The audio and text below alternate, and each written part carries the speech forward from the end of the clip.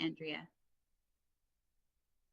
Um, we do. We have Sarah Erb is with us, and we also had a Brooke Gross singer that I don't see here yet, but Okay, Sarah's in the waiting room, so I will go ahead and let her in. perfect. Thank you.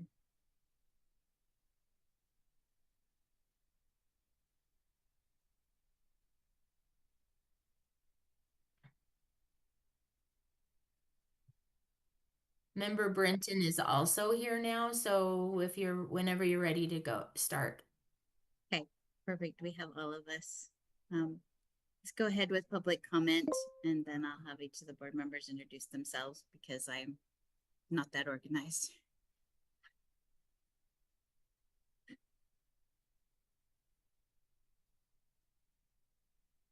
Yes.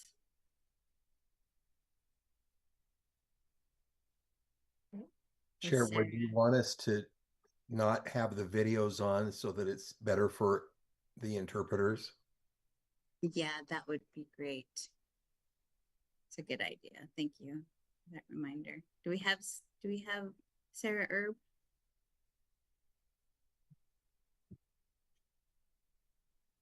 Present. All right. Do you want to go ahead with your public comment? Was there, did ever, I didn't hear, yeah, are we on?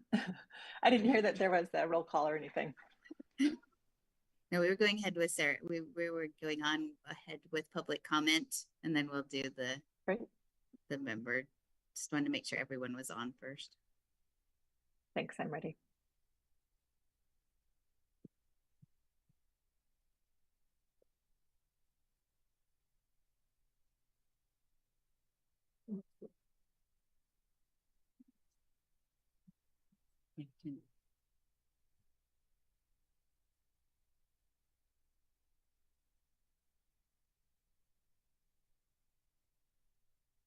They're talking about she got the script, but she emailed her to make sure that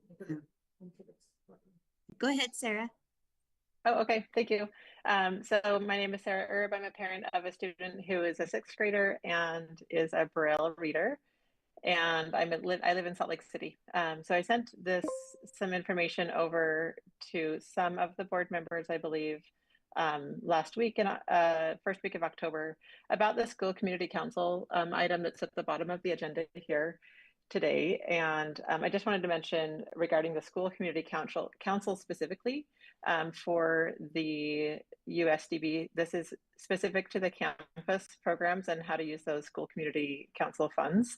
And I was previously on the school community council when my daughter attended the blind school in Salt Lake.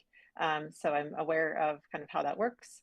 It is not a large ask, and I just wanted to recommend that the board considers, or the advisory council considers, allowing that school community council to be its own entity, and to help to keep those parents informed and involved directly in the education of their students who attend the campus schools. I don't believe there's a large number, or even a majority of parents who are on the advisory council to meet the school community council minimums of a majority of parent involvement for those. So to recap, the school community council historically, when I was on it in 2018 to 2021, was about a 30-minute meeting, 30 to 45-minute meeting 3 times a year, with all of the information and the tasks that are being discussed with the advisory council. I think it's wise to maybe look back at the original reason why the advisory council was asked to be to fulfill the role of the school community council, and if that's still a big need, or if that school community council could go back to the parent involvement for those students, parents of the students who attend the campus schools, because it's important that that local control is specific to those students only that are serviced in the campus programs. Thanks so much for your time today. And I look forward to listening to the discussions. Take care. Thank you, Sarah. All right, we had one more. Yeah, Brooke Grossinger is also here for public comment. Perfect. Brooke, would you like to go ahead? Perfect. Yes, thank you. Hello. Yes, I'm just going to wait for her to get the script. Just 1 second.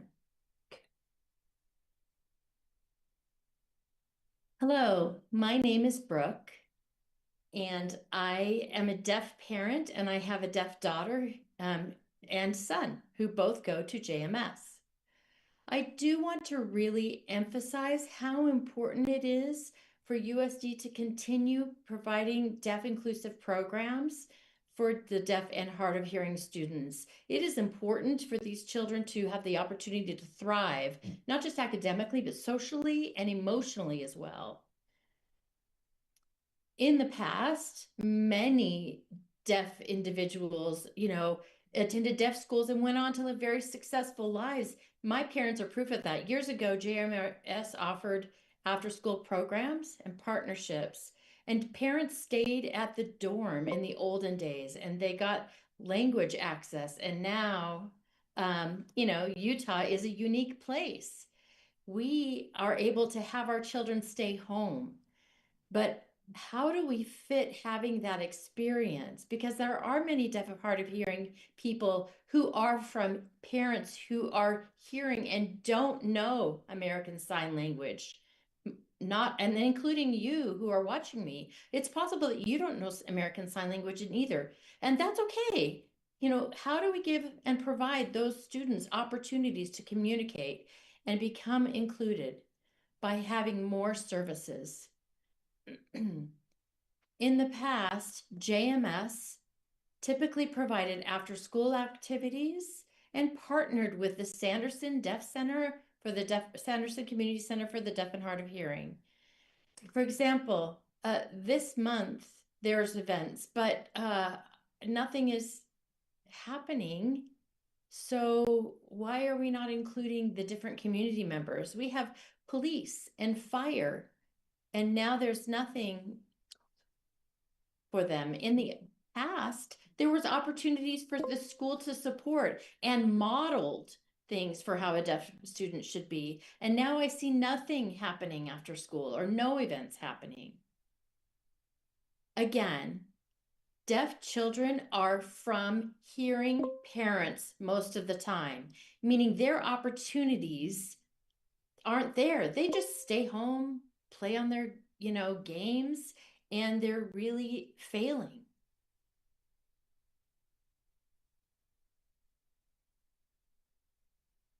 For example, my daughter, when she's 18, she might go locally. I live in Draper, so maybe I can sign her up for basketball. I did try to do that, but those local schools were like, well, this is a volunteer basis. We can't provide an interpreter for your daughter.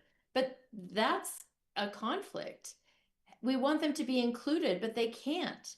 But for the deaf school, there's no problem. There's services provided and she can be included. So I don't know how that would work. And I do want to tell you, now the model of the deaf school is weak. The morale is weak. And students are changing. So we need to provide support for them. Those after-school programs and activities provide access for deaf children, every deaf and hard of hearing child in the state of Utah. Our children deserve better. And I want to see the same thing that happened in the past. In the past, deaf people were able to be successful because they had that model. I do not want that to be cut out and disappear for those students. Thank you.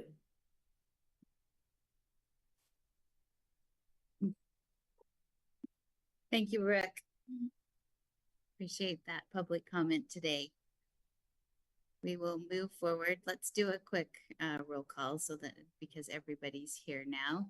I'm Leanne Wood. I'm the chair of the USDB Standing Committee. I represent District 4. Randy, do you want to go ahead?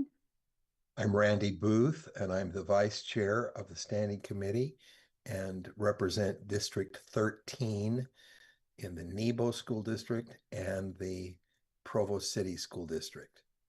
Thank Happy you. to be here. Thank you, Member Davis. Cindy Davis.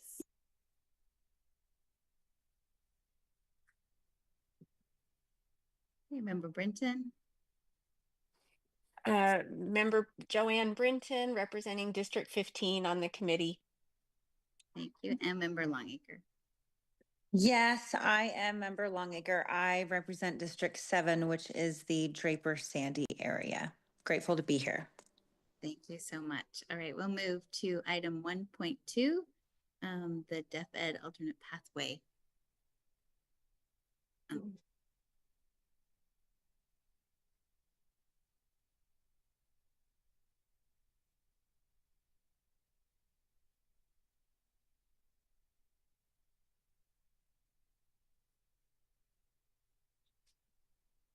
There.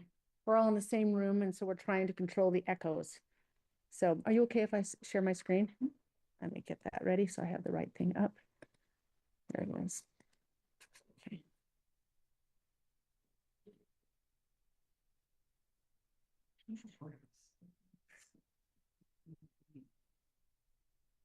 I hope you're seeing my screen that, whoops, oh, I just moved it out. That's not what I wanted to do. All right, are you seeing it? Nope, nope, a different thing. Is it the Apple program? Okay. I've only shared that, but when I move things around so you can see better, it messes it up. Okay. All right. I am Dr. Michelle Tanner. I am the superintendent, the associate superintendent of the deaf for the Utah Schools for the Deaf and the Blind.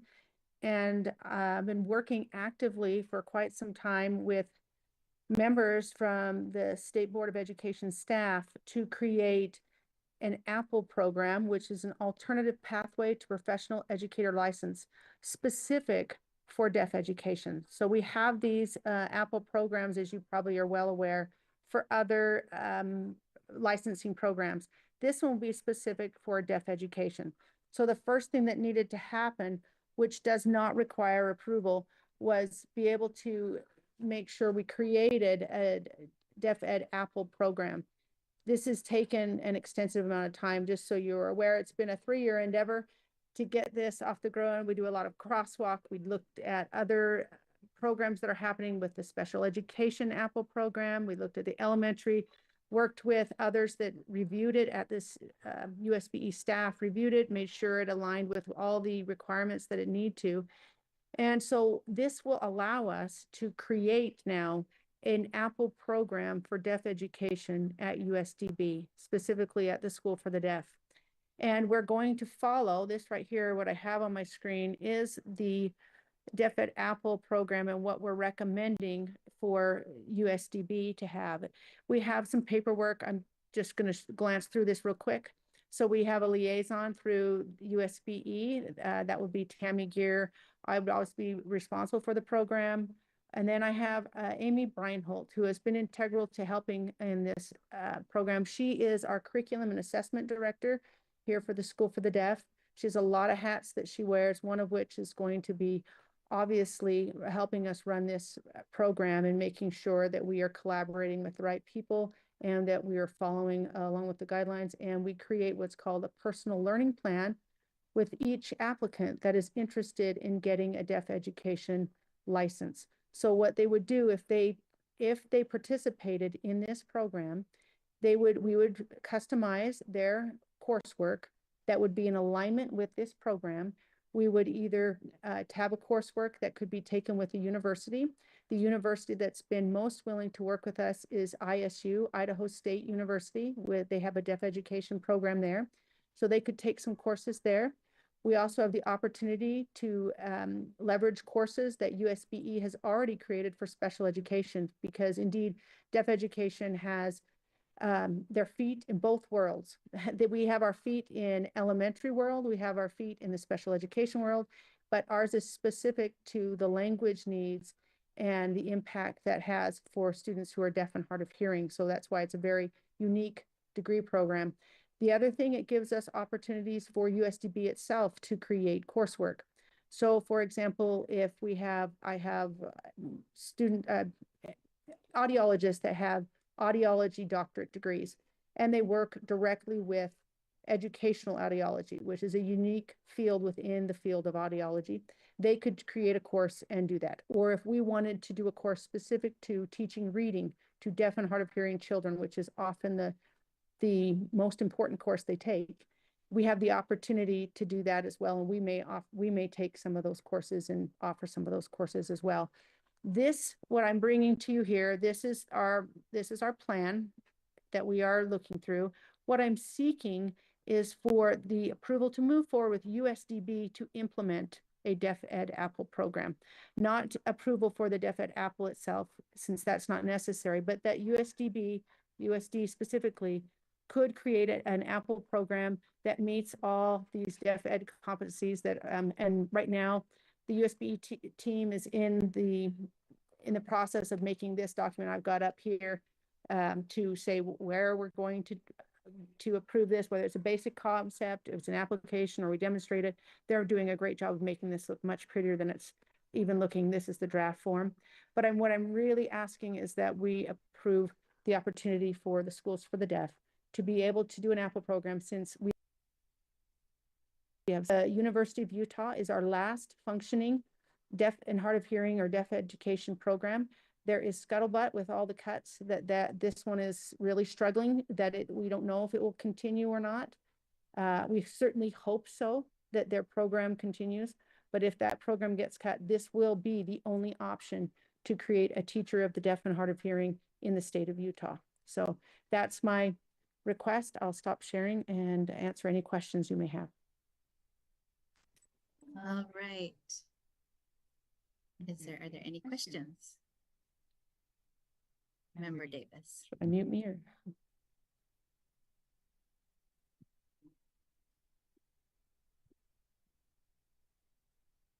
Okay, I'm just unraveling, and patient Dr. Voorhees has been patient with my text as I've been asking her questions this morning too. So I just want to get clear in my head. This is an Apple program for general educators who teach deaf and hard of hearing students, not special educators. Am I understanding that accurately? Actually, no. What that is this is specific for deaf education, which we have some coursework that is specific to deaf, that are specific to that. You may consider more elementary type courses because it's reading and math and some courses, but it is absolutely incorporates special education. So we have to teach how to run an IEP, how to write goals, how to make sure we're complying with the law.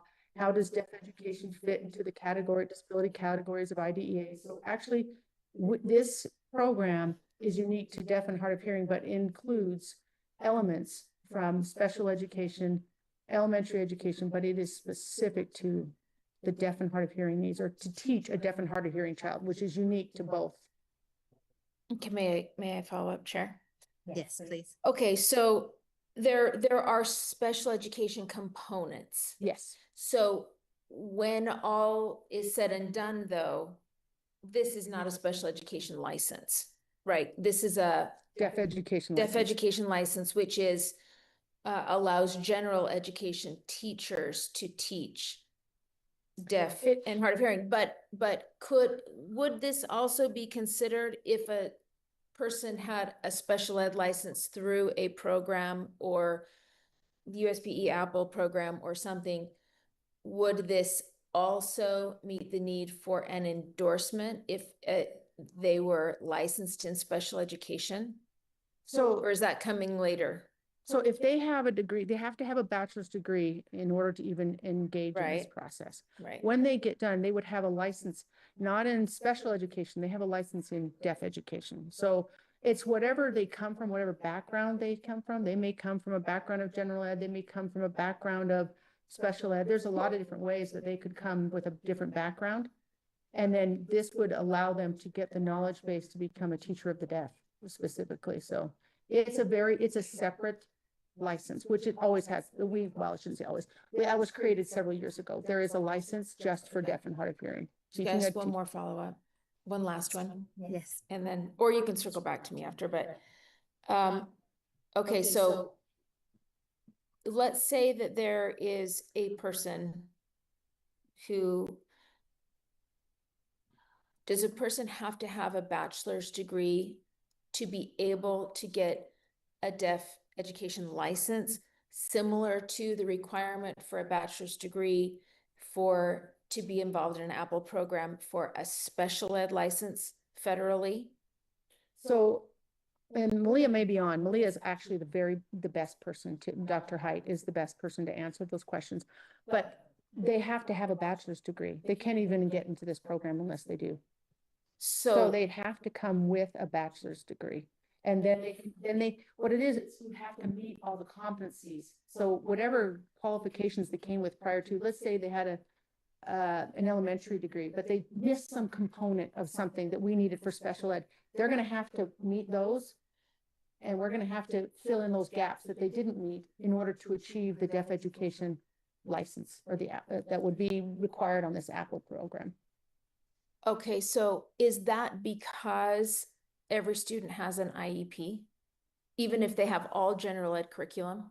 We have other students in 504, but you're going to be interacting. You will have to be engaged in the IEP process throughout your career, always. As a deaf educator, you may have some kids that don't have special education services. They may be 504, but you must know special education, because you're not going to get away with only teaching those kind of students. It would never happen. Yeah, I completely agree with that. I'm just trying to figure out where the line is drawn for the federal requirement for the bachelor's, in particular to this Apple program, but there are others that are waiting for questions. So I'll keep wrapping my head around it. Thank you so much. I appreciate your patience with all my questions, Dr. Tanner. Yeah, and I think most of your questions could be answered by Dr. Height. She would know best. I'll look and see if she's on the screen here. Member Booth, or Vice Chair Booth.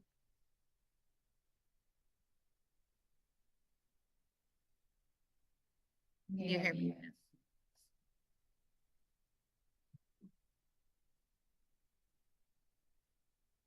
Vice Chair Booth. Thank you. I couldn't hear you very well. I apologize. I had a question as I was looking at your document.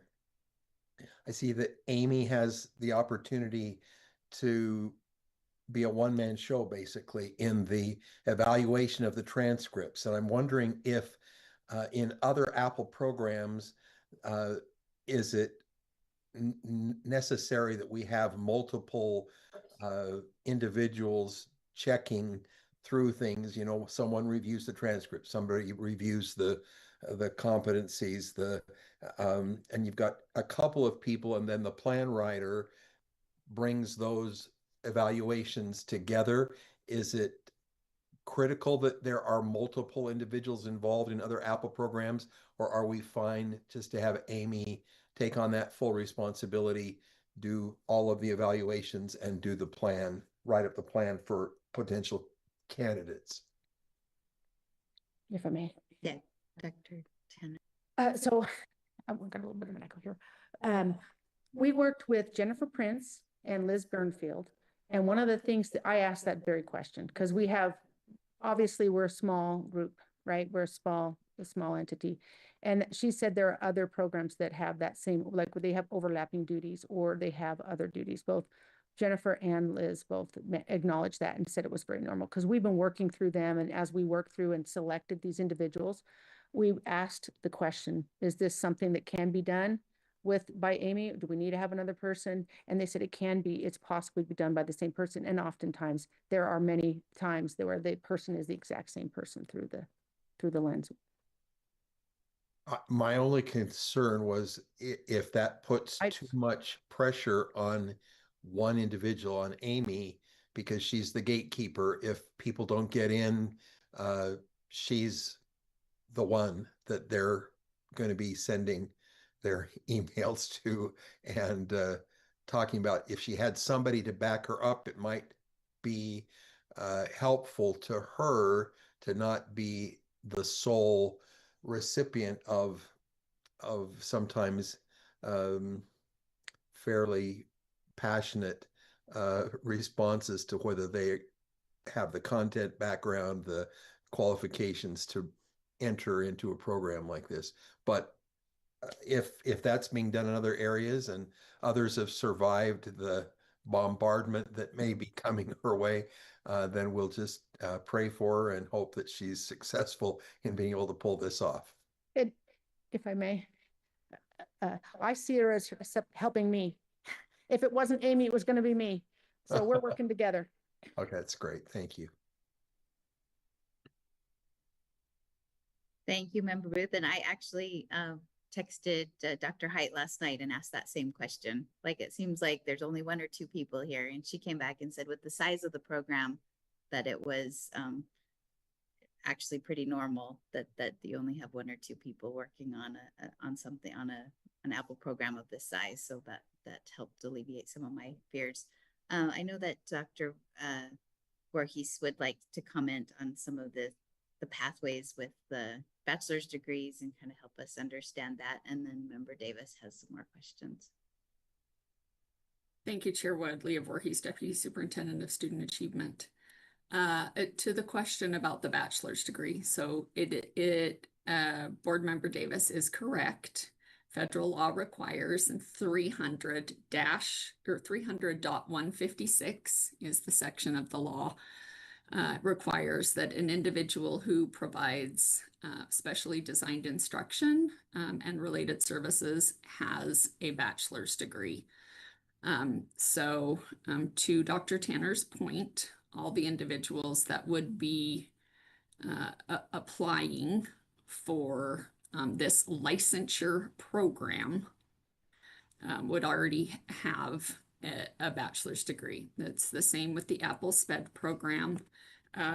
You have to have, it's a licensure program. It's obviously not a degree granting program because you as the state board don't have the ability to grant a degree, but the federal government requires that individuals who provide the services and supports on IEPs have a bachelor's degree. And then the rest of that section also says the content and training necessary to provide specially designed instruction.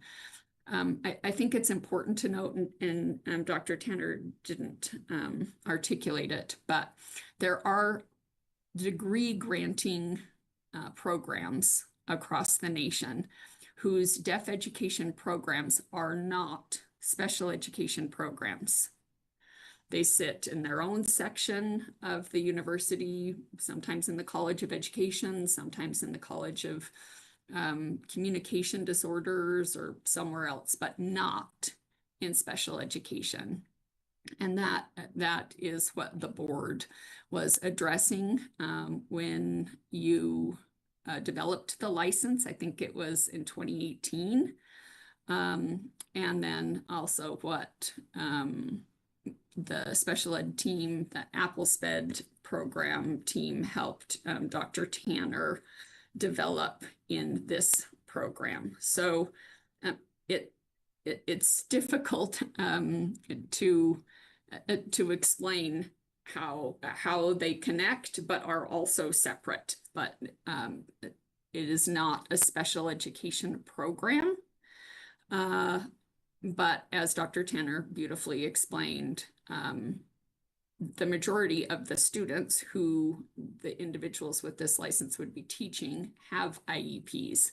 So it is very important that they understand the fundamentals of special education.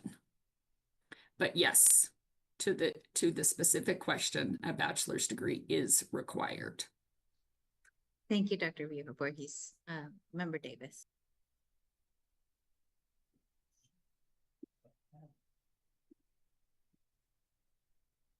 So 2 questions. One, to follow up to Dr. Voorhees. So will this deaf education license then permit teachers to teach students who are both would otherwise be in general education and would otherwise have special education for learning on their IEP? Would this qualify the teacher to teach in both of those realms? And then the other question is there a cost to implementing this Apple program, and what is it? And what is the size of the program? Dr. Tanner, is that something you'd like to? I thought maybe I'd let Dr. Voorhees answer the first question, then I'll follow up on the second question. Okay. Thank you, Chair. Again, Leah Voorhees, Deputy Superintendent. So We can't hear you. you still can't hear me? Okay, sorry. Again, Leah Voorhees, Deputy Superintendent.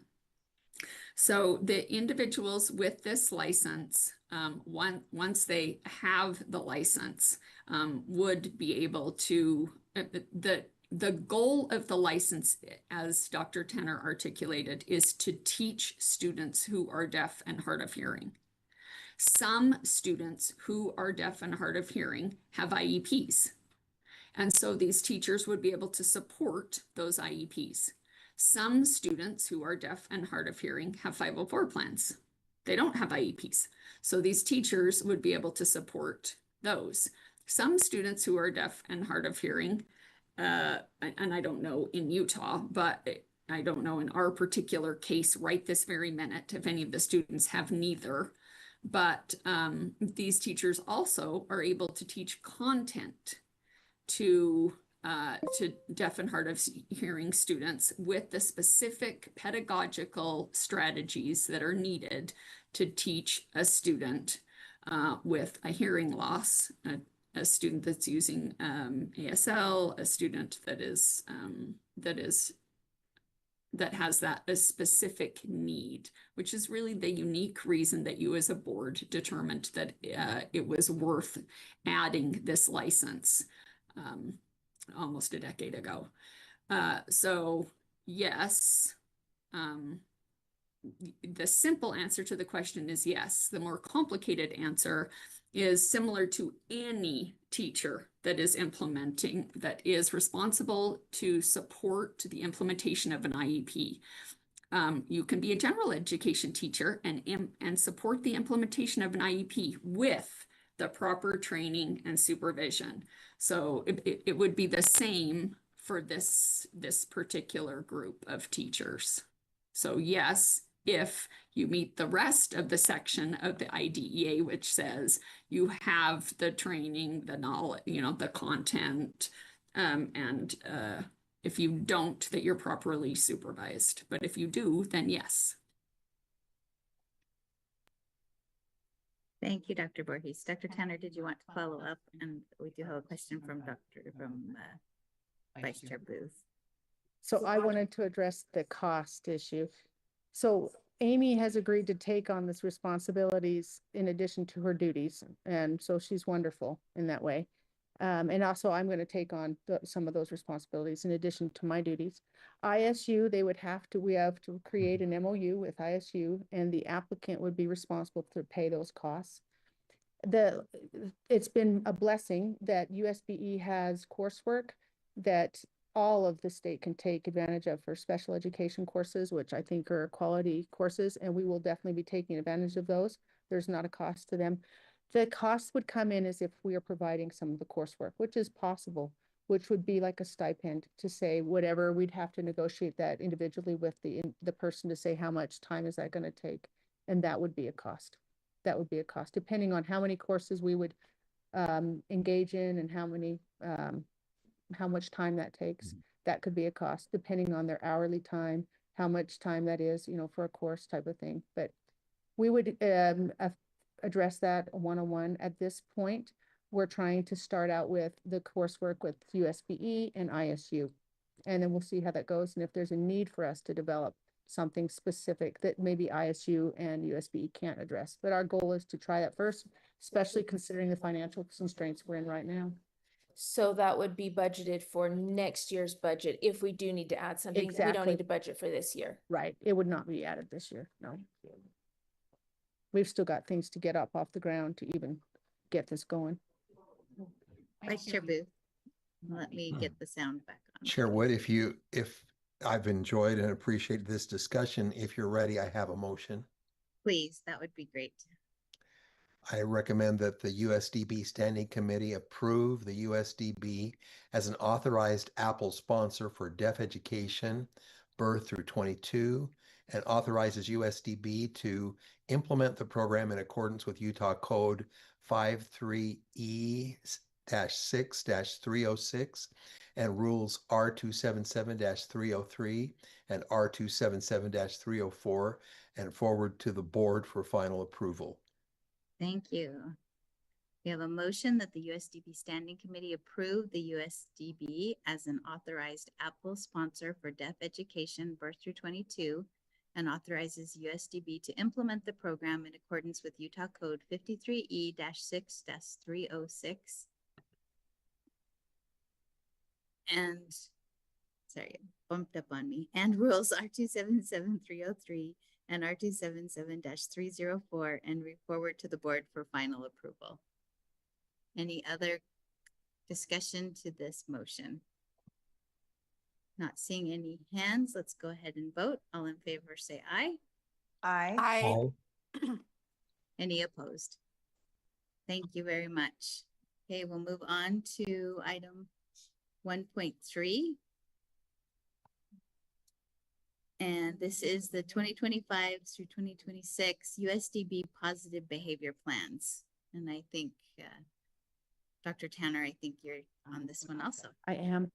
I wanted to thank all the people that helped us with that Apple program. It takes the board, but also there's a lot of USBE staff that I think that it would be important to recognize: Jennifer Prince, Liz Burnfield, Dr. Height, their assistants, Tammy Gear, Leah has also, Dr. Voorhees has also been present. And I really do appreciate that, because nothing gets achieved by one person. It gets achieved by groups of people working together. So I just want to thank you for that. And then going on to the personnel, the positive behavior support plan. This is a plan that is required if we would like to access these funds, but also to be able to implement these programs and make sure the board is in agreement. So part of the requirements, and I'm going to see if I can pull that up on my screen. Part of the requirements is that we go through and explain, and again, worked with Clarissa Stebbing at the board office to help us make sure we are following what's been outlined in state code and board rule to make sure that we are adhering to all the requirements that we have to do. So if you are able to look at the sheet that was shared, since we have multiple campuses and we have the schools for the deaf and then we have the blind school, we thought it would be best to share it with you so you could see it all at once. So that's why it's tabbed. There's tabs at the bottom. You see JMS. That tells you things that are unique to JMS about their events and their activities and how they're going to use the money that attaches with this positive behavior plans. And that is, we're going to be doing some assemblies. We have Red Ribbon Week, for example, that we can use those funds to buy some things to help incentivize the students to get engaged in this week. A Seagull Lily workshop. These are individuals who are deaf and hard of hearing themselves, who come and present about topics related to positive behavior support. We have the junior entity that they meet and they talk together. These are students who meet together and talk about these topics and support it at a student level.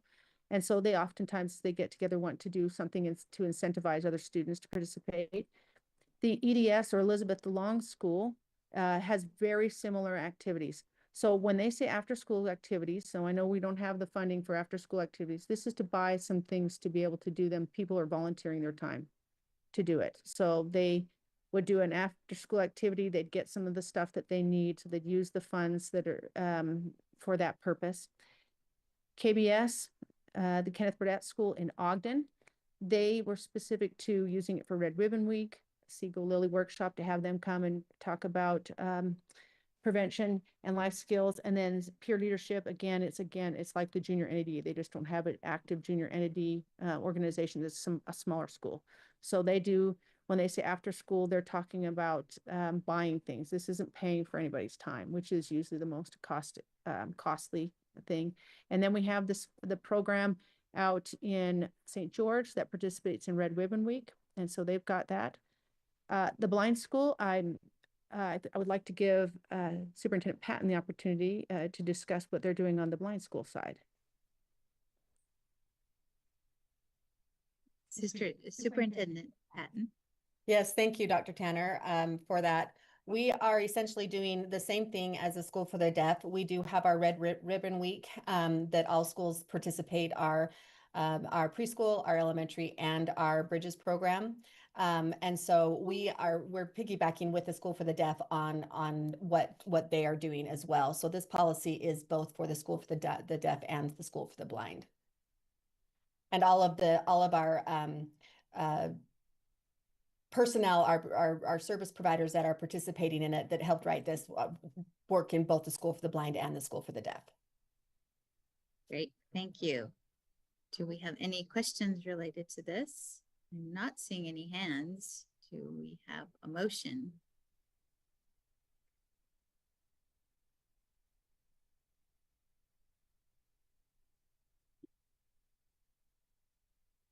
I can make it.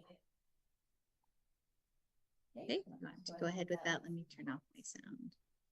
I move that the USBE Standing Committee approve the USDB positive behavior plans for JMS, KBS, EDS, SUSD Online, and Utah School for the Blind in compliance with UCA 53G-10-407 on first reading and forward to the board for final approval.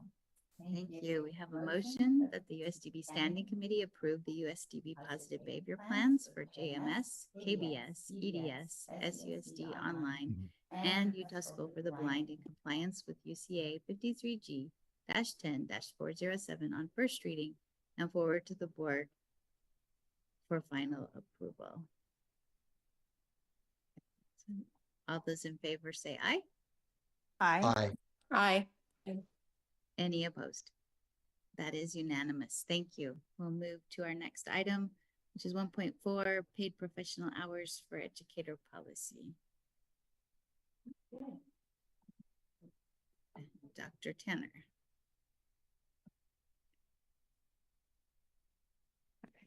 Every school needs to have a paid professional policy. So this is some funds that came through the legislature. And we need to have a policy that it describes how we are going to utilize those funds, who has access to those funds, how it's paid out, when they're being paid out. So if you look at this policy, that is in compliance with Utah Code annotated 53F7203 and 53F9204, and of course the rule 277629. So we've created this policy to be in alignment with that.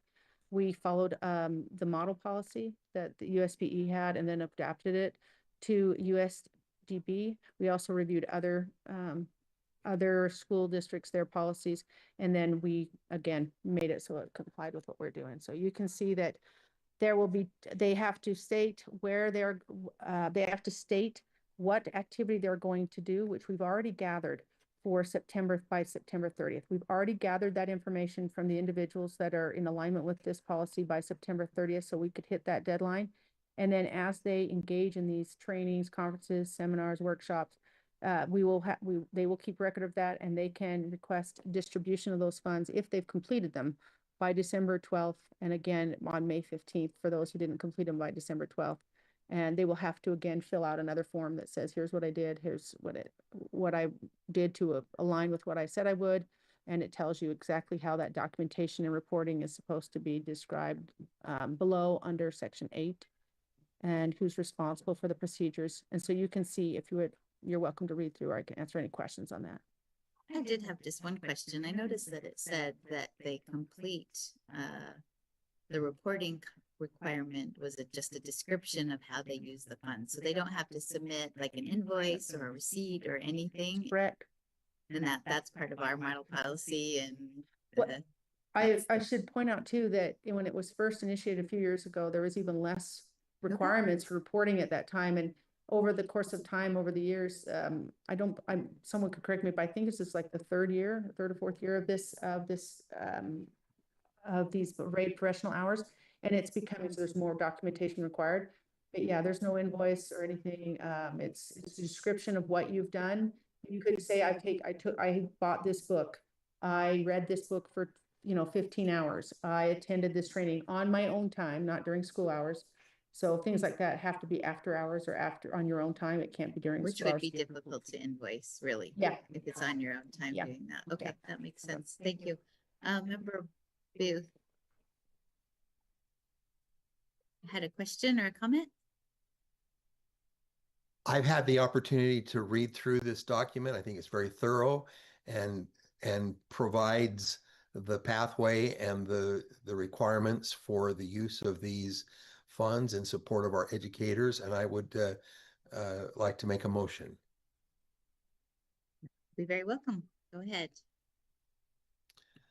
All right. I move that the USDB Standing Committee approve the USDB paid professional hours to educators policy in compliance with R277-629 on first reading and forward to the board for final approval. All right, we have a motion that the USDB Standing Committee approve the USDB paid professional hours to educators policy in compliance with R277-629 on first reading and forward to the board for final approval. I'm not seeing any hands. We'll go ahead and vote. All those in favor say aye. Aye. Any opposed? Thank you. We will move to action item number 1.5, USDB bullying, cyberbullying, hazing, and retaliation policy. Dr. Tan.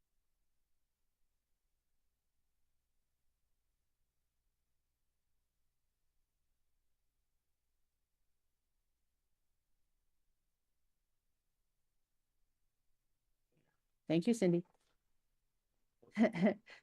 So I hope you got a copy of a red line copy of this, so you can see that this is an update to a current policy. So there were new additions that needed to be added after the recent legislative session and according to board rule. And so we have done that, and let's hope you have the red line copy that you can see where those adds were. This is to be in compliant with new rules and code right there. There you go. Report must also address incidents where students share recordings, digital or otherwise, of bullying. So this is trying to get us into the current technology time, cyberbullying, hazing, abusive conduct. These recordings are treated as evidence, and students sharing them will receive guidance on reporting and risk of distribution. If you go farther down, I think there were some other additions. There you go. We also have to have action plans. So when a student engages in this, we have to have an action plan of how we're going to do it. So we'll develop a written action plan with the parents, the students, and the staff that includes ongoing parent communication. So you can see we have to not just only acknowledge that, but we also have to provide an action plan to address it. The dates have been eliminated because it's ongoing, and that should be the only changes, I believe. All right, great. Do we have any questions on this?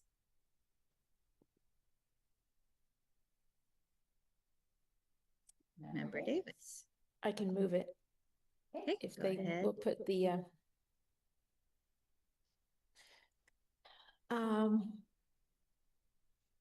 I move that the USDB Standing Committee approve the USDB bullying, cyberbullying, hazing, and retaliation policy on first reading and forward to the board for final approval. Okay, we have a motion that USDB Standing Committee approve the USDB bullying, cyberbullying, hazing, and retaliation policy on first reading and forward to the board for final approval. Any discussion to that motion? Seeing none, we'll move to a vote. All those in favor say aye. Aye. Any opposed? That passes unanimously. We are on our item 1.6, USDB Artificial Intelligence AI Use Policy. Dr. Tanner. Turns out that this is one that I think that will probably get the most discussion. So let me give some context for this. So AI, artificial intelligence, has been around for a very long time. What is in question nowadays, or what people are struggling with, is the generative AI. So AI is the umbrella term, but generative AI is what's been happening. And generative AI, as I have trended trainings with Matt, he has done a fantastic job of leading that out throughout the state. One of the presenters said that AI is the biggest disruptor in education since electricity. I wrote it down because it's a big deal. Our students are engaging in these activities, hearing, deaf, the like. They are all involved in it. We are all involved in it. It's impacting all of our lives. There's so many factors that need to be considered when you're talking about AI. One is that there are a lot of information out there, that it's drawing information. So we have to talk about the integrity of what it is that the students are drawing from. We have to talk about how they're using that at school, how teachers are using that, and to acknowledge that there is sometimes inherent bias in it. And if students aren't aware that there is bias in the information they're gathering, it can lead to misinformation. I have a perfect example. I use it. I've done trainings in deaf education across the nation on the use of AI. And one of the things I've always brought an example of is that during the recent legislative session, or election session, they had with Trump and Kamala Harris, that there was AI that asked the question, why should I vote for Donald Trump? The AI responded and said, I can't get involved in political matters. Then they asked the question, why should I vote for Kamala Harris? And it came with a long list of why you should. So then the person flipped it and asked the question, why shouldn't I vote for Donald Trump? Long list came up. And they said, why should I vote for Kamala Harris? And said, I'm sorry, I can't get involved in political considerations. I bring that up because there is inherently bias. No matter how you feel about the two candidates, there is inherent bias. And it's making sure that students have an awareness as they are engaging in these technologies, that there is inherent bias out there, and they must be educated and knowledgeable about it, to be an informed consumer of AI technology. The other piece that they talk about that I think is important, and we've addressed in the policy, is the importance that we do not include personal identifiable information. That information is shared out, and then the AI uses it to share it back. So we talk about that, and Matt's done a great job of training on that. And quite honestly, the state of Utah has done a great job of making sure we have policies about PII and using that responsibly and ethically. So we tried to make sure that we were acknowledging that.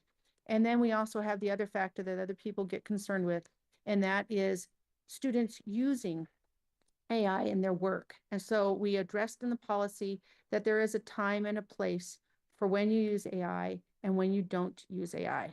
When you're learning to read and write, you can't have AI do that for you. There is an inherent knowledge and skill that must be developed. But a teacher needs to know when it's appropriate to use AI and when it's not. And so we talked about the different tools in this policy that you can use, and that what it can be used, how it can be used. We created an acceptable uses that we find that are acceptable uses for it. You can see that listed there.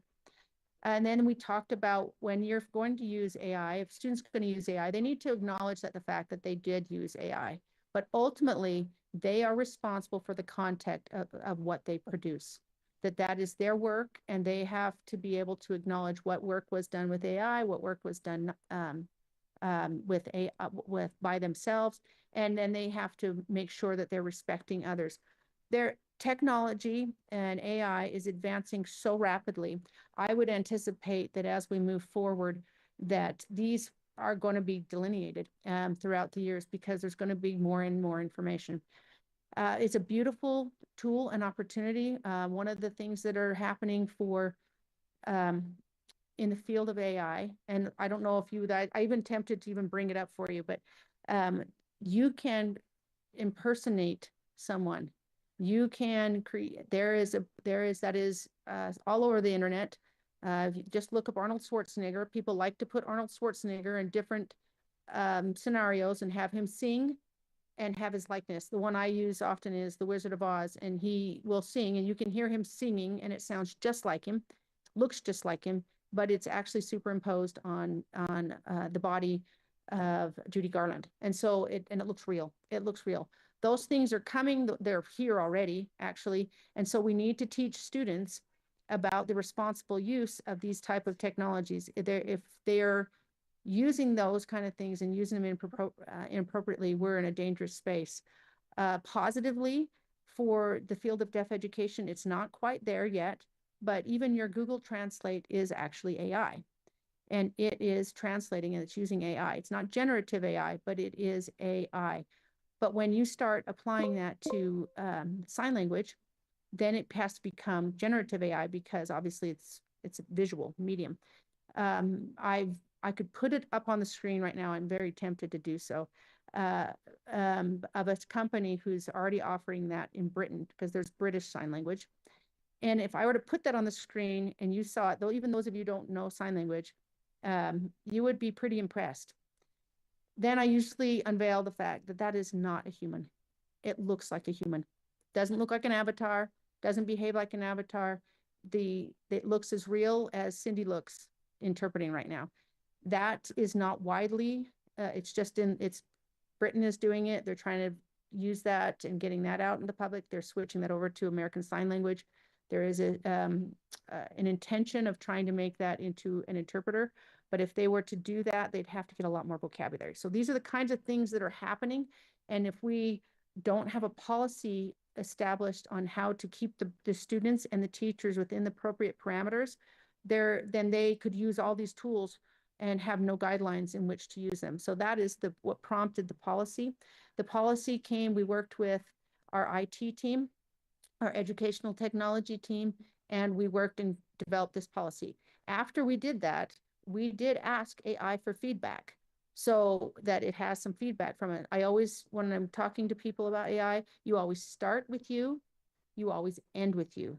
In the middle, there should be a dialogue with AI. Don't let AI write the whole thing. And that's kind of what we've demonstrated here, is that now we're coming to you to gather your feedback, which I'm certain will provide changes and opportunities for improvement so that we have a final policy. So this is the policy. I'm hoping you all have had an opportunity to read it. I know there are some proposed motions which we can discuss. Thank you, Dr. Towner. All right, do we have any questions or discussions on this? Member Brinton? Yes. Hold on, Hi. let me get the sound on Okay. for us. All right, go ahead. Thank you. Okay. I just wanted to discuss this further and wondered, I sent some motions over to look at changing some of the language to maybe strengthen for privacy. And wondered about some of the language that talked about fairness and equity in some different places, if that was even necessary at all. Like on 2.1, could it just stop after operational efficiency? So I'm not sure if I sent my motions in the correct way to look at those, but I forwarded those last night. So could you help guide me on the best way to discuss those? The easiest way, well, Dr. Tanner, what do you think would it be acceptable to just end on efficiency as on 2.1? 2.1 and pull that up. Like, what does it even mean to say equitable access for all? Does that need it in there? That's just kind of a buzzword now that there were some places where it talked about equity and equitable access, and I'm wondering how that is interpreted in the schools for the deaf and the blind. Are there age limits? So I appreciate that. It could be, you could say it's not going to hurt the policy to take that off at the end. It's not going to, equitable is different within the schools for the deaf and the blind, because it's talking about them having like an interpreter makes it more equitable. So they are having access to the same information that we have. I could go either way as far as that. For us, equity isn't a political term. For us, equitable is trying to make it so a deaf or a blind student has access to the same content that others do. So it's entirely up to the board. I don't think it hurts or harms either way, having it in or out, right, as it stands. Would it be okay to say equal opportunity or equal access for all? Does that change the meaning with equity there? I mean, equitable and equal are different concepts, because I would say that my students oftentimes are not having equal access. Even right now, it's through an interpreter, right? So it's not equal to, we're all unequal, but we're giving it equitable access so that they can have access to the conversation that's occurring right now. but Okay. It's fine either way. Like, I really am not, I would not harm the policy either way that it's written. I'm just saying, in the terms for deaf and hard of hearing, blind, vision impaired, it's equitable to make things equitable for them, not exactly equal. It'd be really difficult to make it equal. It'd only be I if we all see. had the same hearing loss. Okay. Yeah, I do have some concerns with making it equal because I mean, we have 2,000 students in outreach. How do we make everybody's access equal? Do we make sure someone has internet, someone has a device, someone has, you know, and in our outreach, they all have different LEAs that are going to have different approved AI tools that they're using. And now we're going to say that they all get the equal opportunity, you know, equal tool access to those tools. No, they get what's provided by their, so I would be concerned with the word equal. Okay. I appreciate the discussion and explanations. Thank you. We have Member Booth on, and then if you decide you want to make a motion regarding that, I'll come back to you. Okay, Member Britton? Okay. So Member Booth. I took my hand down. After the discussion, we're fine. I'm sorry. Thank you. So did you have a motion related to that one? No, I guess not. Okay. Did you have any other? And I was wondering about 2.8, also to replace, I'm trying, well, let's see. That was with ethical considerations. Would it be the same thing there, where AI tools should be used to promote individual fairness and opportunity for students? My main concern there is the data privacy. How are we going to make sure that they're not collecting, processing, utilizing data to categorize students there?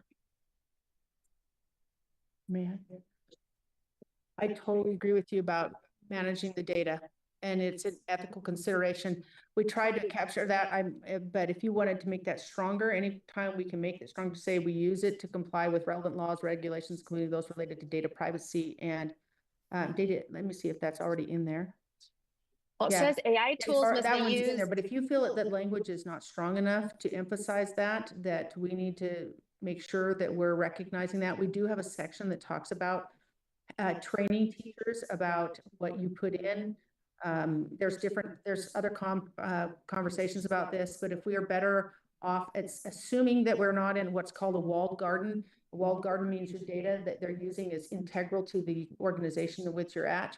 If you make the assumption that they're probably going outside of it, it's probably a safer bet to be at. So that basically is what we're saying here, is that AI is going to be using that information. So don't put PII in there. And we have a whole section on that. But if you think it needs to be stated stronger, we're happy to do that, because we certainly want to make sure we're protecting data. Okay, well, I know I sent you and I sent Darren the considerations. I just wondered what you thought about 2.8. Should that be changed? As you saw what I sent over, I do appreciate that it says they shall not collect, process, information related to privacy, bias, or misinformation. I think that's such a big thing that we need to educate parents and students on. Like you mentioned, that there is bias in AI based on who has put the information in. And so I know so many who just think everything that comes out of AI is truth. So, and that's exactly what we're trying to prevent. Right. So they are aware that that is not the case. You must have a very critical eye to know what you're doing and what's real and what's not real. And quite frankly, it's getting harder and harder to tell. So I wonder if I could make a motion. I think the language that you put on there that you recommended was individualist. Oh, you hear me? It was 2.8 was, instead of using the term equity, you want to use individual fairness and equal opportunity of all students. And so I think that's just something that I'm actually whether you'd like that or not. I'm wondering if it should be neutrality instead of anything with equal opportunity, but fairness and neutrality. Would that be better? It's up to the board. I don't have any issue with either one. As long as we're making sure we teach the students that it's important and that there's privacy being honored, that's important. Ethical considerations. Yeah, I think it's so important that we teach and model looking at all sides and making sure you get enough sources as you're looking to make decisions, that you are aware of bias and where it's coming from, so that they learn how to think critically. Yeah, I really like the language that's there right now where it says they should not reinforce biases or discrimination. Right. I like that language. But did you have a motion you wanted to bring forward? I would like to cross out the word equity, make a motion to cross out the word equity and replace it with neutrality. Okay. We have a motion to eliminate equity and put in the word neutrality. Is there any discussion to that? Member Longacre. Yeah, I just want to echo Member Brinton's concerns. I know that we were going to make a motion on 2.1. Is that not a motion anymore, Member Brinton? Sorry, what? I think I was on 2.8. I just am making a motion to switch out equity for neutrality. Yes, but going back to 2.1, there was a discussion on 2.1 and then we kind of moved on. Yeah, I think with the explanations that she pointed out in how it is utilized at the schools for the deaf and the blind, and that it's impossible to ensure equal access to tools and the way that the students are taught at this school, that settled that for me. Okay. Right now. So we have the motion. I'd like to amend that motion and replace neutrality with your opportunity. Okay. I do think if we have high school students who are doing reports and things, they may not be neutral in terms of what they may be arguing for one side or the other. I think we put some limiting, but I think where you're getting away from the word equity, I understand that. The opportunity fits better. Yeah, I think where I like neutral is just in the sources that are provided so that they have, but no, I understand that. That makes sense. So we'll go ahead and vote on opportunity. If that fails, we'll go back to neutrality. So, because I'm not seeing any other hands. I'm getting this weird echo. So hopefully you can all hear me. So we have a motion to amend equal to opportunity. All those in favor, let's do a roll call. So I know Member Davis. Aye. Member Longacre. Aye. Member Britton. Aye. Member Booth. Aye. And I am an aye. Okay, that's unanimous. Thank you. All right, did you have another one, Member Brinton? I was looking at also 5.11. And I wanted to make a motion to amend it to say AI tools may assist with ideas, grammar, or research, but all submitted work must represent the student's own mastery and original cognitive effort. I just want to make sure, that we're helping teach them not to rely on it to do the work for them, but that they're using it to help correct and fine tune. Okay, so we have a motion to amend section 5.1.1 to read AI tools may assist with ideas, grammar, or research, but all submitted work must represent the student's own mastery and original cognitive effort. Any debate on that? Okay, Member Davis, let me turn off my sound. So you can speak. Chair Wood, this is Deputy Go ahead, Voorhees. Member Davis. Yeah, thank you.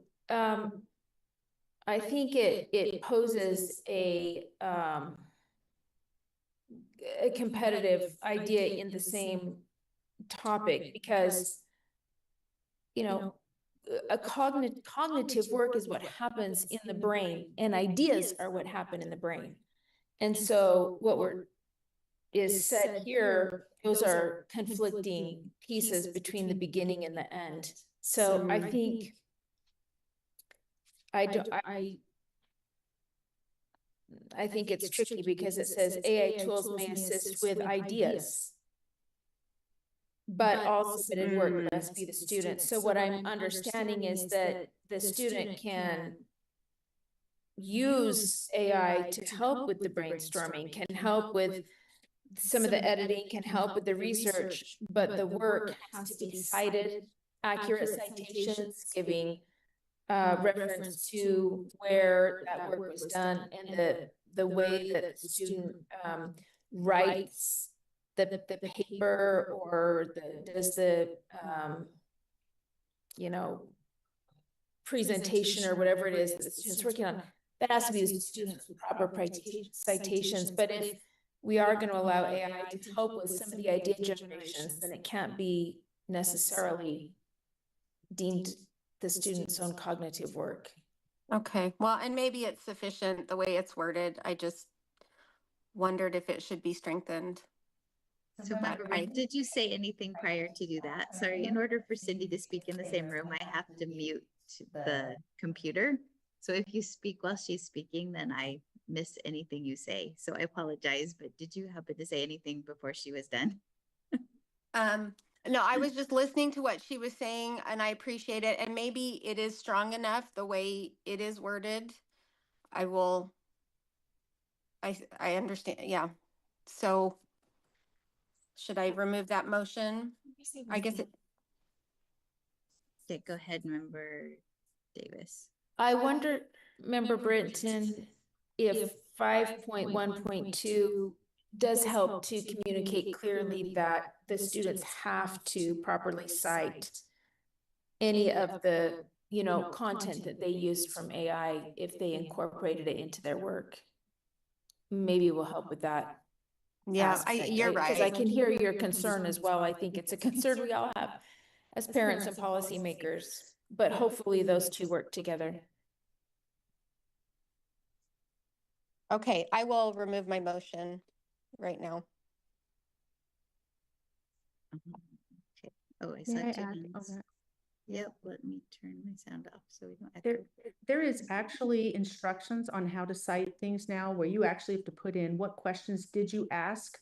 And at the very top of your reference page, again, this will evolve, I think, as AI gets better, but you have to say exactly how you used AI. It's now a training we have to give to students to say, I used it in this fashion and here's what I did. Here's the questions that I asked and how it was done. But that is something that is a training for all of us, not just the students. So I appreciate what I am grateful that you have those concerns is what I should say.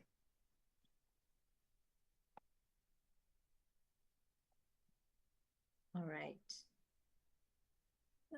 So are you passing on that one, Member Britton? That's my understanding. Yes, I will pass on that one. Okay. You have I'm trying, sorry. I am doing this on my computer, but I've got the Zoom on my phone because I was in the car. And I know I see Andrea is asking to put the motions in the chat, but I'm not sure how to get them from, unless I log in with my computer. Okay, I think those have been forwarded to Superintendent Voorhees, so she may be able to help us out there in the chat. Okay, so I would like to talk about the ones for 3.3, 7.5, and 9.2. If those could be added to the chat, Superintendent Voorhees.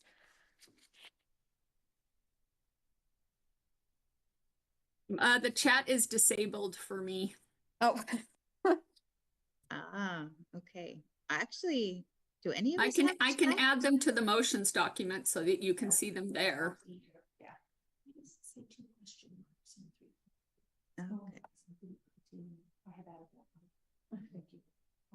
Okay. So you're just putting them in the motion. Okay. So in case she follows up on all those. They're there. Okay, that will make it easier to discuss. Thank you. Correct. Superintendent. Yes. Okay, so go ahead. You're working on 3.3. Go ahead, Member Brenton. Okay, I think I figured out how to add it to the chat. Let me see. Now it looks like chat is disabled on my phone. Yeah, it is. So, but Okay. but Superintendent Voorhees put them up on the motion page already. Okay, so the we're good to go. motion for 3.3 is to amend to say a committee focused on evaluating AI tools for privacy compliance, academic integrity risks, data security protocols, and compliance with anti-divisive content mandates. Okay, we have a motion to define the purpose of the AI Oversight Committee in section 3.3 as a committee focused on evaluating AI tools for privacy compliance, academic integrity risks, data security protocols, and compliance with anti-divisive content mandates. Any discussion to this? One question. Okay, Member Davis. First, I guess. Oh, okay. Member Longacre, go ahead. Member Brenton, the email I have with anti-divisive content mandates is crossed out. Oh, is that, I know we had someone else, Member Earl was that from Member Earl? Yeah. Yeah, and that's, maybe we should take that off at the end and it would be fine to end. Sorry, I'm going back and forth between, we've had lots of feedback in the last 2 days, to just end after data security protocols. Okay. Do you want to make that as your motion? Do you want to vote on that? I'll make that as my motion and speak, as I'm looking at the original document in 3.3, it has a committee focused on with 2 question marks, right? Because we're still looking at what that's going to be. So I wondered if this provided clarity for that. Yeah, I really like it. I like the recommendation with that gone. I think we have other laws and rules that are very clear on that divisive content. Right. And so I'll leave to. May I ask a question? Yes, go ahead. That is that it's saying it's comprised of, and that piece remains as part of 3.3. Am I understanding that correctly? So it would say and comprised of a USDB administrator, an educational technology specialist, and a director of the information. I'm assuming that's yes, leave that in, correct. Yes. Thank you. Okay. Yes. So do we have any comments on that? Member Davis, do you have a comment? Yeah, I have a question. After you After you mute, just wondering on the definitions, are those specifically kind of referring to what was up above all the categories in section 2? Because if so, then that definition would be limiting. It wouldn't cover some of the things that are up there for that committee to work on. So I'm wondering, what were the question marks going to be? Were the question marks just going to be the oversight committee would work on all of the things that are up above in section 2? Because there are a lot of things that an oversight committee would be looking at beyond, data privacy and legal compliance and such. Yes, it was to collaborate with you to determine, make sure the purpose was clear. So that's why I had the question marks. We haven't had till we got to this point. So I appreciate the clarity, and you're right. It probably should. It could also talk about and globally the kind of applications that we're using. That is already included though in when we do purchases of applications. We already have to look at PII and what data is being shared, but it does not hurt to strengthen the section to say to include the topics, include the guiding principles addressed above. That they, you could say it. You could add a sentence about adding the guiding principles. It would only strengthen it. I think we should. So may I amend? Chair Wood? Chair Wood? Yes, go ahead. I'm going to mute. I just want to make sure people aren't speaking. That I'm missing. that I'm missing. Go ahead. So I would amend to add, I'm gonna read back through how she wrote the language, so the language meshes. So then hers would read, evaluating AI tools for privacy compliance, academic integrity risks, data security protocols, and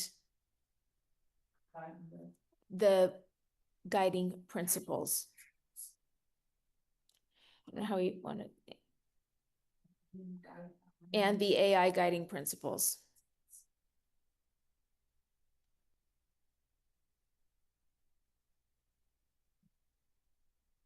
And then it would continue. The tools for the AI guiding principles, or using the guiding principles in section 2 of this policy. The AI guiding principles as established with this policy. And then the rest of the motion would just continue on to read as it was before, which says, and comprised of a USDB administrator, an educational technology specialist, and the director of the information technology team.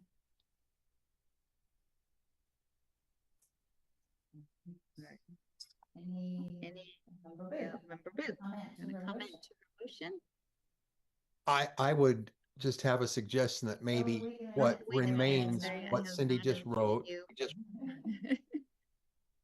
if that were up before we list what they're going to take responsibility for. So a committee comprised of these individuals will do such and such and such and such, that we've just, instead of leaving what the committee is comprised of to the end, when we're discussing the committee at the beginning, I think it might just be helpful to just put that all right there. Purpose of the AI Oversight Committee comprised of these individuals with responsibility to do this. Okay, so the whole thing would say an AI Oversight Committee, colon, committee comprised of a USDB administrator, an educational technology specialist, and the director of the information technology team shall focus, is that how you're wording it to be at the end? Shall focus on evaluating AI tools for privacy compliance, academic integrity risks, data security protocols, and the AI guiding principles in this document. Is that what you wanted, Vice Chair? Yes, that sounds good. Or however somebody else wants to refine it, but just the order, I think, is stronger. Thank you. You can just shall evaluate. Okay. Let's make sure that gets in there.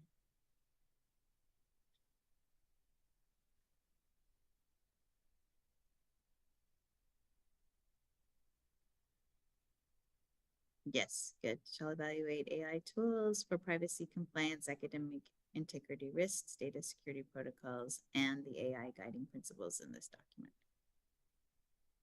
Okay, Member Davis, you still have your hand up. Do you have anything else to add? Yes. Okay, go ahead. Okay, go ahead. I have the same concern that I had with the Apple program. Is I'm just concerned about our people, worried about our people. It's going to take a lot of time.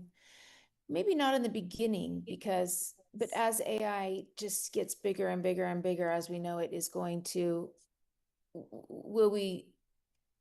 do we need to budget for this now? Will we need to budget for it later?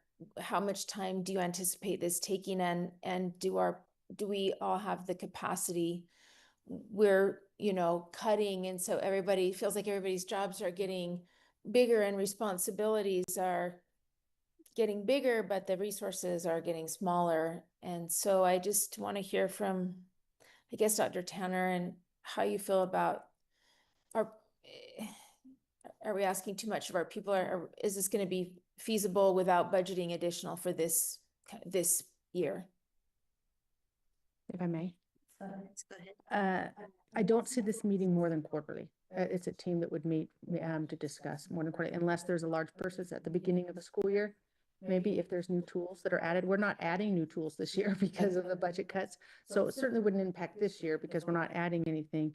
But as we move forward, I would see that it would meet as there is a new data system or, you know, some tool, some application that our teachers want to use and they could meet. I wouldn't anticipate that be more than quarterly. Because once you buy them, then you use them throughout the year and you watch them. So not this year, though. We have nothing set to purchase. We don't have the funding to do so. Okay. All right, thank you. Hey, Member Brinton, is this good? Are you know, this is Member Booth's motion now, but I want to just confirm that this was. This is good. Everything I good. love the collaboration. Thank you. Okay, great.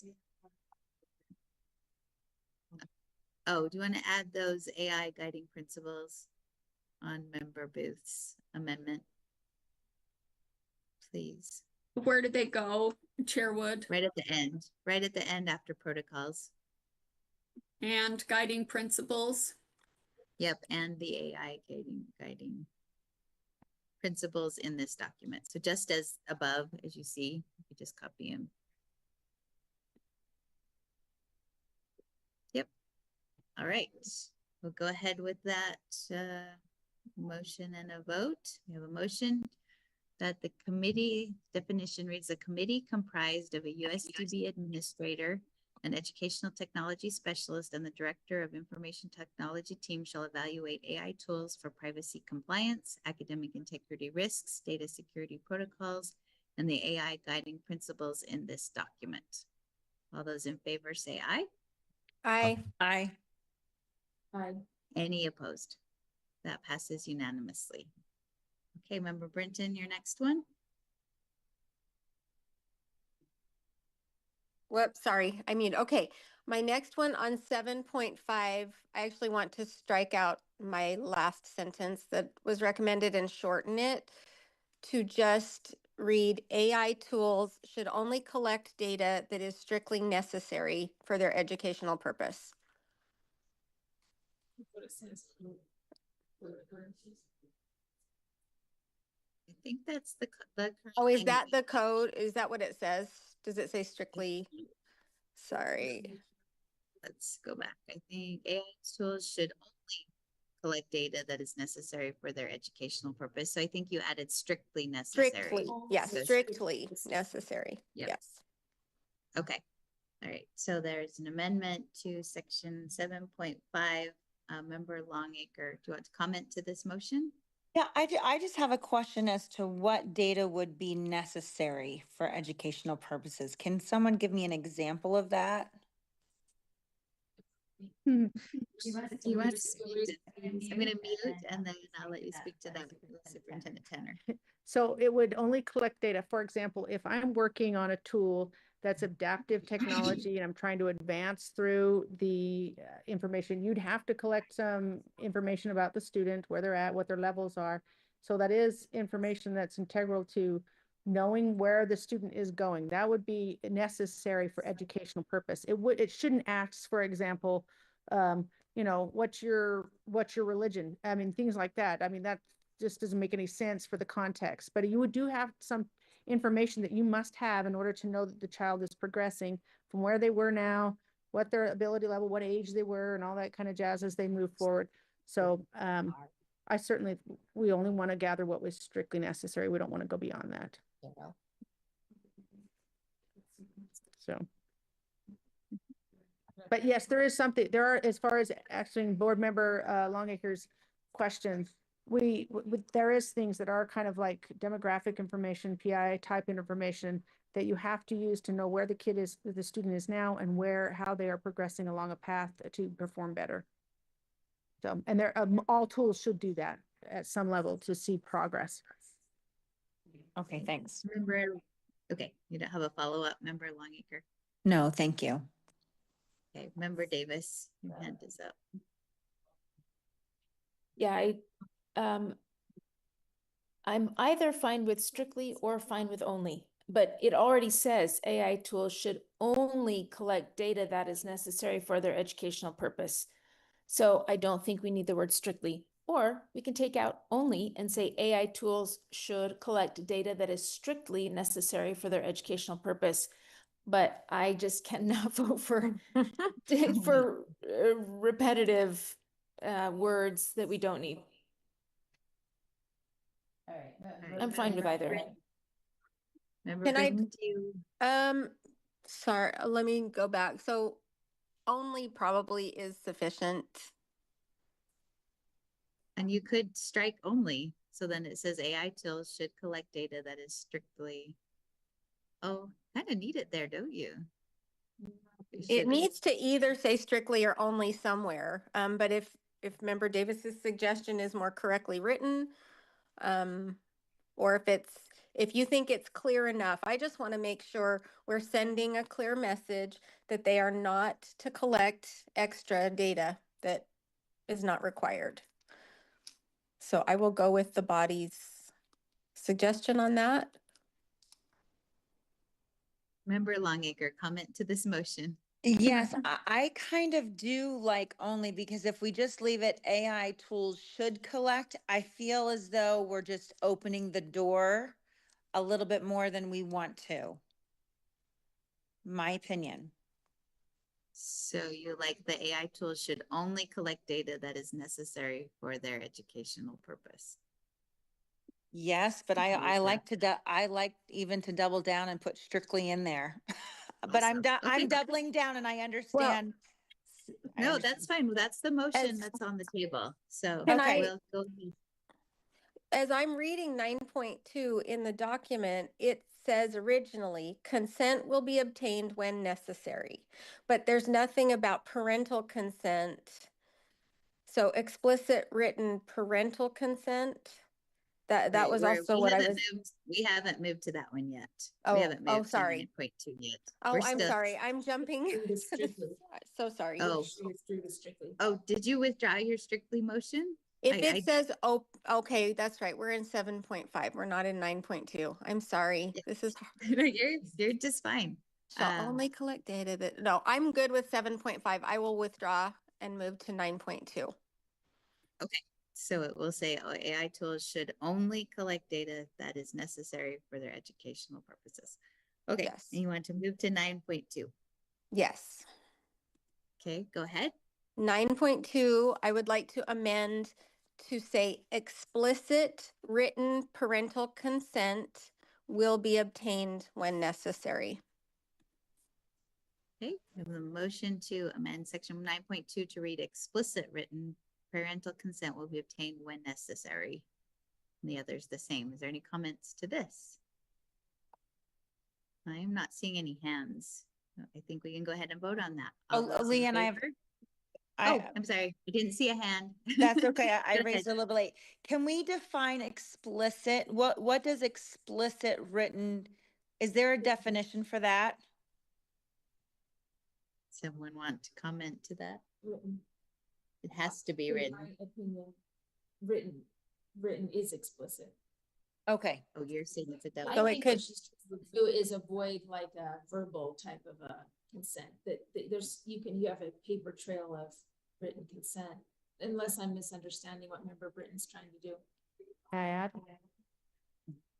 Yes. I would think explicit would mean we're addressing specifically the AI information. It has to be specific to Oh. that AI tool. So I would say explicit in my mind would say it's specific about this. An AI, it's not about all technology. It's about this specific AI technology tool. So it's to talk specifically about it. That's how I would interpret it. Okay. Does that clarify for you, Member Longacre? Yeah, now if we're just using one AI tool, okay, but if we're using multiple AI tools, does a parent need written consent to address each individual AI tool, or would that be all encompassing?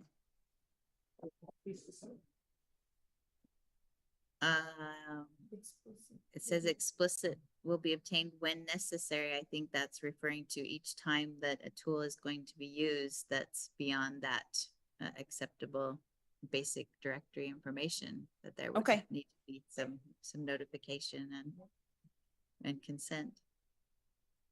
Okay, perfect, thanks. Okay. Member Davis, did No. you have a comment? Okay, then No. let's go ahead and vote. All those in, so the motion reads We will amend section 9.2 to read explicit written parental consent will be obtained when necessary. AG AI tools that process student data beyond basic directory information. All those in favor say aye. Aye. Aye. Any opposed? Okay, that motion passes unanimously. Thank you for your work on that, Member Brenton. Thank you. Okay, do we have, I'm not seeing any other hands, so do we have a motion for the entire policy? Chair Wood, I would be happy to make the motion, Perfect, go ahead. but it's a little bit too small for me to read. I'm trying hard. Let's see. I can't. Oh, I got it. Glasses will help. I move that the USDB Standing Committee approve the USDB Artificial Intelligence AI use policy as amended on first reading and forward to the board for final approval. And the motion is that the USDB Standing Committee approve the USDB Artificial Intelligence AI use policy as amended on first reading and forward to the board for final approval. All those in favor say aye. Aye. Aye. Okay. Any opposed? That motion passes unanimously. We're on our final action item 1.7. Thank you all.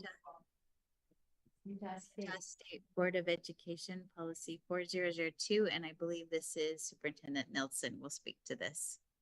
Yeah, thank you, Chair Wood. I'm happy to be with you this morning, and thank you for the good discussion we've had on our LEA level policies. This item is actually a board policy that governs the advisory council that interacts with and supports the work of the Utah Schools for the Deaf and Blind. In the recent audit that our internal audit agency released, there was an area where they reviewed the role of the advisory council, and in their report, they indicated that there have been prior years where the committee did not meet the 10 times per year that is identified in this policy 4002, and found that to be an area that needed some attention. We met with the advisory council last month and brought this before them to talk about and to discuss. Remembering that the advisory council consists of volunteer members who've been appointed by this board, and then also understanding that there are months when the agenda doesn't demand that group of people get together and meet and spend time. So they've made decisions in the past to defer meetings to the following month if agendas didn't require them to get together. There weren't time-sensitive issues. And then there have been times when members of the committee are not able to attend in a given month, and then has also impacted their decision to cancel meetings. It's our recommendation to the board that a simple change be made to that language, that the advisory council shall meet up to 10 times per year at the call of the USDB superintendent. And that would allow some flexibility for times when it's not able to get a quorum together, and also if there are times when the agenda doesn't consist of enough content to justify bringing the group together. So that's the first change that you see here, a recommended change. The second thing that you'll see here is related to their role as school community council. When I read the audit before my assignment to work with the Schools for the Deaf and the Blind, I was caught off guard that the school community council, that this advisory council was the school community council. And when I read the finding that they had there was related to some delay in getting meetings posted on the internet as required for school community councils, and also getting some minutes of those meetings posted. But I had anticipated a lot more significant findings. We had a parent comment in the meeting today that talked about the number of parents that need to serve on committees. In a traditional school community council, the chair is the parent, and you have really structured policies around it. And so I was surprised to see the limited feedback in the report about that. So I met with Paula Plant, She highlighted the changes that have been made in the past that create this, the conditions that allow this council to serve as a school community council. There are board rules, particularly R277-477, that sets this parameter or these conditions. And so we talked to the advisory council, and it was my recommendation to them that we clearly articulate that responsibility in this rule that outlines the other responsibilities for this group of individuals. So that's a context for the two recommendations you see in updating this policy. And that concludes my presentation. I'll be available for questions. Thank you, Superintendent Nelson. Do we have any comments to the changes? I do. I have one question, and it's probably related back to our board rule, since you have apparently read it more recently than I have. If we were to amend the membership so that we had more parents than community members, because this is the role of the school community council, would that be a change that I would need to make in our board rule? Do you know?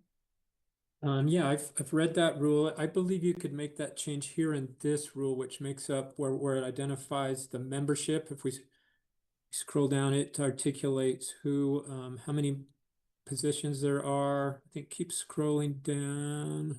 Oh yeah, membership.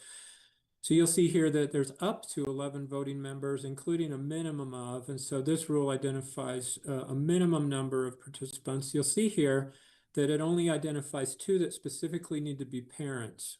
Now it's possible that other members are also parents of children who are blind or deaf or blind deaf, but it doesn't articulate that as a requirement. So whereas the R277477 establishes the ability for the advisory council to serve as a community council, this is the rule where you would make changes to set a parameter if you wanted to make changes to the membership of the committee. All right, so I may ask for feedback from either Superintendent Tanner or Dr. Tanner or Dr. Patton. Do you have any recommendation? I'd love to see there be more parents, because that is a rule in our typical public education schools, is that there are more parents than there are others on the committee. Now, if we know that C, 2 members who are deaf, blind, or parents of a deaf, blind child, that would put 2, 3, 4, and then it would be equal to the amount of community members. If those are community members who are deaf, blind, then it puts us out of balance. So anyway, I see Member Davis's hand. I'm going to go to her, and then if either of you have a comment to that or any recommended changes, or if I shouldn't worry about it. Did you want to speak? I actually have a different question. So if you want to finish that, and then I'll ask. Okay. Do either of you have? Sure. This is Associate Superintendent Susan Patton for the School for the Blind.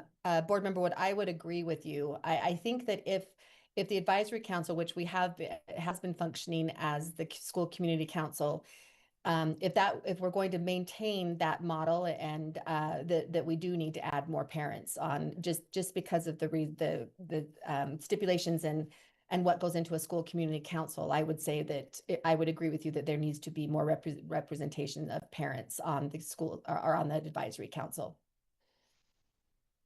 So do you think it would be a matter of adding a 3 in there where it says, parents shall, I guess I would probably need to look at how it's laid out in law regarding other SCCs, but the parents shall be the majority on the committee. Well, and I don't know. I didn't mean to interrupt you. I apologize. Because I do know sometimes you have staff members who are parents also, and that may count, right? Because they still have a child within the system or on campus. Member Booth. Oh, go ahead. Sorry. I am just wondering, how important is it that we have representation from the individual campuses? do we need to designate that one parent from the Ogden campus, one parent from the Springville campus, one parent from Salt Lake? Is that representation across the state important? Or if it's just parents generally, could they all be from the Salt Lake area? What are your feelings on that? Yeah, thank you. So Dr. Tanner, do you want to speak to this? I do. I think actually I would say that this requires further discussion. As a part of when I was doing my dissertation, it was on educational leadership for deaf schools. And there are different models of people that they subscribe to. One of the models that they have is they usually have an alumni on here. So I think like Board Member Booth just recommended, should we have somebody from each of the campuses now that we've expanded, we have more campuses? Should we have alumni of the school who are participating, which is really common amongst most of the governing bodies? More parents, and with the eye on this, for example, if you were looking at the school as a whole, is that representative of having 1-on-1? Does that make sense? Or do you pick it off of enrollment numbers? I mean, there's so many ways to slice this and look at this that I think it probably warrants further discussion outside of the meeting to even consider all the options that could be available, especially when we're talking about the governance structure of USDB. And already, this is just my thought. That's what my feedback is. Okay, thank you for that.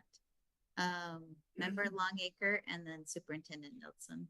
Yeah, I had a comment, but after Dr. Tanner spoke, I agree with what she said. I think we need to further discuss. Sorry, I did not unmute.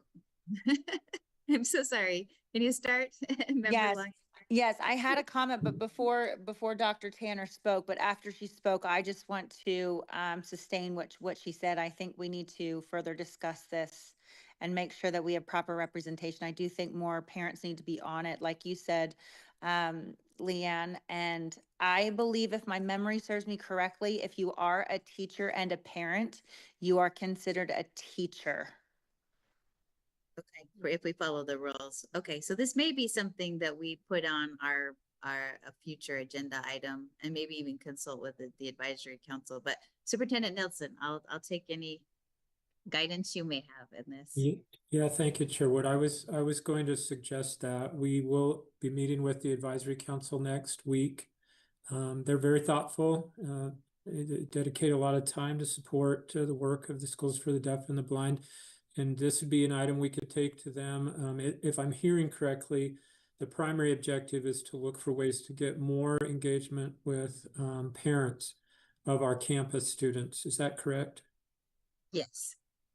Okay. So yeah, if this committee would like to put a hold on this policy, we could bring it back at a future meeting. And in the meantime, we could do some homework and provide maybe more detailed recommendation or recommendations that the committee could consider.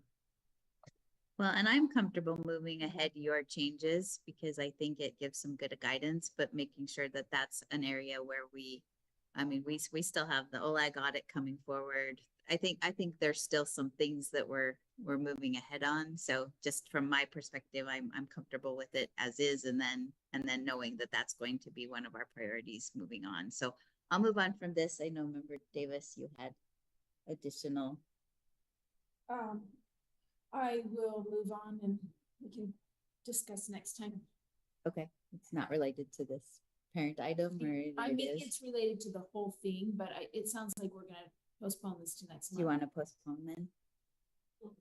I'm sensing the will of the group to do that, so it sounds like it might be wise. All right. Is there any rush for you, Superintendent Nilsson, if we did postpone till the November meeting? No, that won't create any difficulties or hardships for us. Okay. All right. I guess we would just not have a motion on it if that's the way we want to do it. To make sure it gets agendized for next month, do we need to postpone? It won't stay automatically. It won't. Yeah, maybe if we want to postpone the discussion. Sure. Why don't you do that? Is that 1.7? I move that the committee postpones agenda number 1.7 to next month. Wait, I need to move the current. I need to move Superintendent Nielsen's language first and then then postpone. As amended, you could say. This is our draft that we're working on, so I would think the same draft would move forward. Okay, so I can leave it? I think so. All right, I move that we postpone agenda 1.7 to next month.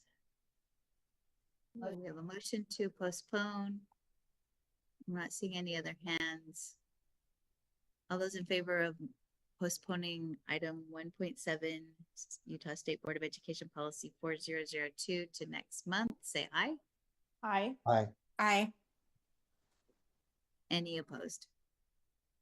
Okay, well, thank you for your patience, Superintendent Nelson. We'll get more feedback and move forward on that. I'm not seeing any other items. We have no reason to go into closed session today. So I think that I am open to one final motion, unless anyone has anything they'd like to add. I would move that we adjourn the meeting. Okay, we have a motion to adjourn. A second by Member Davis. All those in favor say aye. Aye. Aye. Any opposed? Thank you for your meeting today. Thank you to both superintendents and associate superintendents for getting, I feel like our committee has finally matured into an actual committee. We had lots of work to do today. We have lots to report to the board in November. So thank you for all your hard work and preparation today, and have a great week.